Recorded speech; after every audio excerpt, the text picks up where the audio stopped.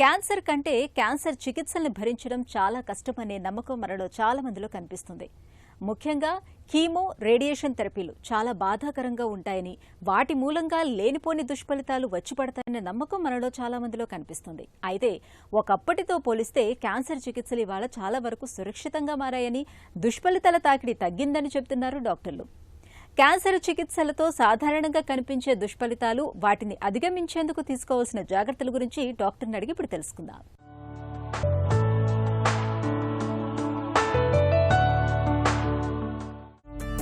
Cancer కన్నా cancer చికిత్సల్ని భరించడం చాలా కష్టం అంటారు, నిజమేనా? క్యాన్సర్ చికిత్సలతోటి కొన్ని ఇబ్బందులు ఉండే మాట వాస్తవమే, కానీ క్యాన్సర్ చికిత్స వల్ల వచ్చే ఇబ్బందులు ఎక్కువ శాతం ఇబ్బందులు తాత్కాలికమైన ఇబ్బందులు. వాటిని మనం అధిగమిస్తే జబ్బు నుంచి పూర్తిగా బయటపడి మనం సాధారణ జీవితం గడపడానికి అవకాశం ఉంటుంది.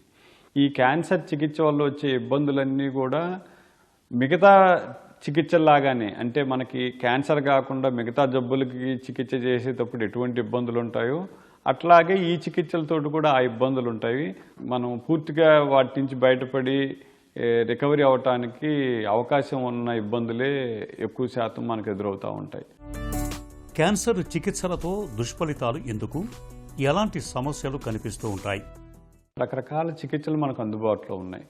ఒక్కొక్క చికిత్సకు ఒక్కొక్క కొన్ని ఇబ్బందులు ఎదురవటానికి అవకాశం ఉంటుంది. సర్జరీ తీసుకున్నామంటే సర్జరీ తర్వాత మనకి పోస్ట్ ఆపరేటివ్ రికవరీ అనేది కొంచెం ఇబ్బందులు ఉండడం అనేది ఉంటుంది. మనకు రేడియేషన్ చికిత్స తీసుకున్నప్పుడు రేడియేషన్ ఏరియాలో చర్మం దళసర అవ్వటం, రంగు మారటం అలాంటి ఇబ్బందులు ఉండొచ్చు.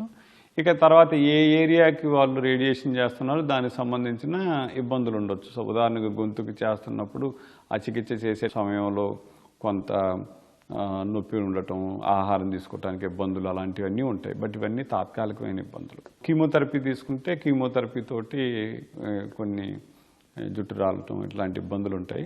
అలాగే వాంతి, విరోచనాలు ఇట్లాంటి ఇబ్బందులు ఉంటాయి. ఇప్పుడు ఉన్న అధునాతనమైన పద్ధతుల్లో ఉన్న మందులు అందుబాటులో ఉన్న వాటితోటి ఈ వాంతులు రాకుండా, విరోచనాలు రాకుండా, మిగతా తదితర శారీరక ఇబ్బందులు రాకుండా మంచి మందులు మనకి అందుబాటులో ఉన్నాయి. ఇక మనం ఈ ఇమ్యునోథెరపీ లేకపోతే మిగతా కొత్త రకాల ట్రీట్మెంట్లు మనం చూసుకున్నట్టయితే, ఉదాహరణకి ఇమ్యునోథెరపీ తోటి ఆటో ఇమ్యూన్ ఫీచర్స్ ఎక్కువగా ఇబ్బందులు వచ్చే అవకాశం ఉంటుంది. ఈ దుష్ఫలితాలు, ఎక్కువ శాతం దుష్ఫలితాలన్నీ కూడా తాత్కాలికమైన దుష్ఫలితాలు, చాలా అరుదుగా ఉంటాయి పెద్ద సమస్యలు వచ్చాయి. సో వాటిల్లో ముఖ్యంగా ఈ ఇమ్యునోథెరపీ తోటి హార్మోన్ ఇంబ్యాలెన్సెస్ ఎక్కువగా వస్తూ ఉంటాయి. లైక్ కార్టిసాల్ లెవెల్స్ అని, థైరాయిడ్ సమస్యలు, ఒక్కొక్కసారి పిట్యూటరీ సమస్యలు, షుగర్ కొంచెం పెరగటం, ఇట్లాంటి సమస్యలు, హార్మోన్ సమస్యలు, ఒక్కొక్కసారి స్కిన్ సమస్యలు ఎక్కువగా వస్తాం.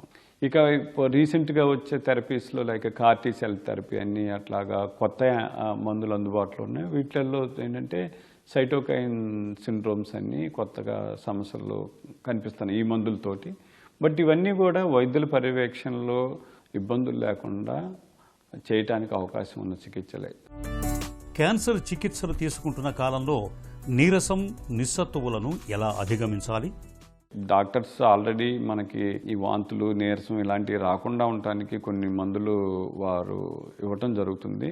వాటితో పాటు మనం మానసికంగా స్థైర్యంగా ఉండాల్సి ఉంటుంది. కొంత యోగా కానీ లేకపోతే ప్రాణాయామం లాంటివి చేసి కొంచెం మనం మైండ్ని డైవర్ట్ చేసుకోవాల్సి ఉంటుంది. అట్లాగే ఆహారం ఆరోగ్యంగా ఉన్న వాళ్ళలాగా ఒకేసారి ఎక్కువ మోతాదులో ఆహారం తీసుకోలేని పరిస్థితి ఉంటుంది. సో అందుకని వీళ్ళు ఏంటంటే కొద్దిగా అయినా సరే తరచుగా తీసుకుని ఎనర్జీని ఉండేటట్టుగా చూసుకొని సమతుల్యమైన ఆహారం, మొత్తం అన్ని ప్రోటీను, గ్లూకోజు, అన్ని ఫ్యాట్ అన్నీ సమతుల్యంగా వచ్చేటట్టు ఆహారం తీసుకుంటే కనుక మనం ఈ పరిస్థితులన్నింటినీ అధిగమించడానికి అవకాశం ఉంటుంది. రక్తహీనత, జుట్టు రాలటం, చర్మం పొడివారిపోవటం, ఈ సమస్యల్ని తట్టుకోవటం ఎలా? క్యాన్సర్ చికిత్స జరిగేటప్పుడు ఈ కీమోథెరపీ వల్ల ఎస్పెషల్లీ మనకి రక్తం తయారవటం అనేది కూడా ఒక సమస్యలాగా ఉంటుంది. దానివల్ల హిమోగ్లోబిన్ తగ్గటం, దానివల్ల నీరసం, నిస్సత్వం ఇలాంటివి రావడానికి ఇది ఒక కారణం కూడా. B12, ఫోలిక్ యాసిడ్, ఐరన్ ఇట్లాంటి లోపం ఉన్నట్టయితే వాటిని వైద్యులు మీకు కరెక్షన్ చేసి అంటే దానికి తగిన ట్రీట్మెంట్ ఇచ్చి మీకు అది మళ్ళీ ఆ లోపాన్ని పూరించే అవకాశం ఉంటుంది.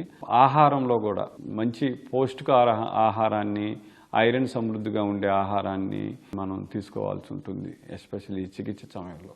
చర్మ సమస్యలు కొంతవరకు రావడానికి అవకాశం ఉంటుంది, ఎస్పెషల్లీ పొడిబారటం అనేది చాలా వరకు కొన్ని మందుల్లో వస్తూ ఉంటుంది.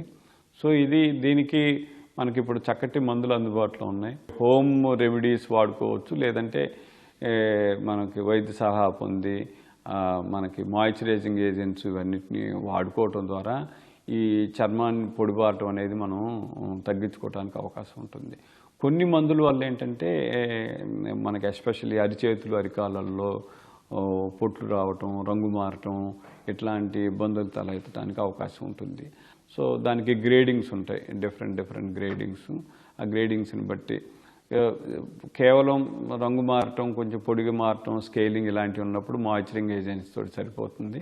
అంతకన్నా కొంచెం తీవ్రత ఎక్కువైనప్పుడు వైద్య సలహా పొంది దానికి తగ్గట్టుగా చికిత్స చేసుకోవాల్సి ఉంటుంది. జుట్టు రాలటం అనేది కూడా కొన్ని మందులకి, అంటే అన్ని మందుల వల్ల జుట్టు అనేది రాలదు, కొన్ని రకాల మందులకి ఖచ్చితంగా జుట్టు రాలిపోయే అవకాశం ఉంటుంది. ఇది ముఖ్యంగా గమనించుకోవాల్సిన విషయం ఏంటంటే ఈ కీమోథెరపీ జరిగే సమయంలో మాత్రమే మీకు ఆ జుట్టు రాలి పెరగకుండా ఉంటుంది. వన్స్ కీమోథెరపీ అంతా కంప్లీట్ అయిపోయిన తర్వాత జుట్టు మనకి పెరిగి 6 months కల్లా మనకి అబ్బాయిల జుట్టులాగా వచ్చే అవకాశం ఉంటుంది. క్యాన్సర్కు చికిత్స తీసుకుంటున్న కాలంలో ఎలాంటి జాగ్రత్తలు తీసుకోవాలి? మనం ఏ చికిత్స తీసుకుంటున్నాం అనే దాన్ని బట్టి కొంచెం మనం అవగాహన పెంచుకోవాల్సి ఉంటుంది. జాగ్రత్తలు కూడా కొంచెం వేరుగా ఉంటాయి. బట్ ఓవరాల్గా ఏంటంటే ఈ ఇమ్యూనిటీ అనేది తగ్గినప్పుడు, అంటే ఈ కణాలు తగ్గినప్పుడు మనకి ఇమ్యూనిటీ తగ్గిద్ది కాబట్టి అలాంటప్పుడు మనకి ఇన్ఫెక్షన్స్ వచ్చే అవకాశం ఉంటుంది. సో ఈ ఇన్ఫెక్షన్స్ అనేవి ఎలా వస్తాయి? మనకి తినే తిండి, పీల్చే గాలి, తాగే నీరు, పేగుల్లో నుంచి ఇలా 4 విధాలుగా మనకి ఇన్ఫెక్షన్స్ వచ్చే అవకాశం ఉంటుంది. సో అందుకని తినే తిండి ఏదైనా సరే శుచి, శుభ్రం, ఉదయం మధ్యాహ్నం రాత్రి అలా కాకుండా ఎప్పుడు ఏ పూట ఆ పూట వండించుకొని అన్ని కూరగాయలు తినొచ్చు. ప్రోటీన్, సరైన ప్రోటీన్ ఇంటేక్ ఉండేటట్టుగా చూసుకోవాల్సి ఉంటుంది. సాధ్యమైనంత వరకు నాన్ వెజిటేరియన్ని అవాయిడ్ చేయమని చెప్తాం. అంటే కారణం ఏంటంటే మనకున్న స్టోరేజ్ పద్ధతులు, మనకున్న ఇదిని బట్టి వాటి వల్ల మళ్ళీ ఇన్ఫెక్షన్స్ రాకుండా ఉండాలనే ఉద్దేశంతో చెప్తాం. అదర్వైజ్ అదేమి తీసుకోకూడదనే విషయం ఏమి కాదు. తేలిగ్గా జీర్ణం అయ్యేవి తీసుకోమంటాం. అంటే మనకు ఆహారం మెత్తగా కనుక ఉండుంటే ఎక్కువసేపు నవ్వులే పని లేకుండా తేలిగ్గా జీర్ణం అయ్యే ఆహారం తీసుకోమని చెప్తూ ఉంటుందన్నమాట. సో ఆహార విషయంలో ఇది మనకి ఎప్పటికప్పుడు తాజాగా వండిన ఆహారం, అన్ని కూరగాయలతోటి తీసుకోవచ్చు. ఫ్రూట్స్ కూడా శుభ్రంగా ఉండే ఫ్రూట్స్, తోలు మందం ఉండే ఫ్రూట్స్, పాడవటానికి అవకాశం తక్కువగా ఉండే ఫ్రూట్స్ అన్నీ కూడా మనం తీసుకోవచ్చు. తర్వాత మనకేంటి, నీటి ద్వారా కూడా మనకి ఇన్ఫెక్షన్స్ వచ్చే అవకాశం ఉంటుంది కాబట్టి చల్లార్చిన నీళ్ళు కానీ మినరల్ వాటర్ కానీ తాగమని అందరికీ మేము చెప్పడం జరుగుతూ ఉంటుంది అన్నమాట.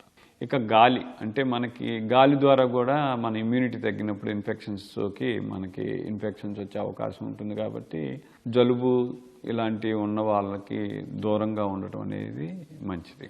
వీటిని జాగ్రత్తలు తీసుకొని ఇన్ఫెక్షన్స్ రాకుండా కాపాడుకోవచ్చు. సో ఇక కీమోథెరపీ ఇవ్వగానే అంటే మనం ఏదో పెద్ద సమస్య వచ్చినట్టుగా ఎప్పుడు బెడ్ మీద పడుకొని ఉండాల్సిన అవసరం లేదు. వారికి ఓపిక ఉంటే ఎక్సర్సైజ్ లాంటివి చేసుకోవచ్చు. క్యాన్సర్ చికిత్సల్లో కీలకమైన కీమో, రేడియేషన్ థెరపీలకు సంబంధించి ఇవాళ విప్లవాత్మక మార్పులెన్నో వచ్చాయి. ఒకప్పటితో పోలిస్తే దుష్ఫలితాల తాకిడి కూడా బాగానే తగ్గింది. జీవనశైలి, ఆహార, వ్యాయామాలు, అలవాట్లు, ఇతరత్ర విషయాల్లో తగిన జాగ్రత్తలు తీసుకోవడం ద్వారా క్యాన్సర్ చికిత్స తాలూకు దుష్ఫలితాలు తేలికగానే అధిగమించవచ్చు.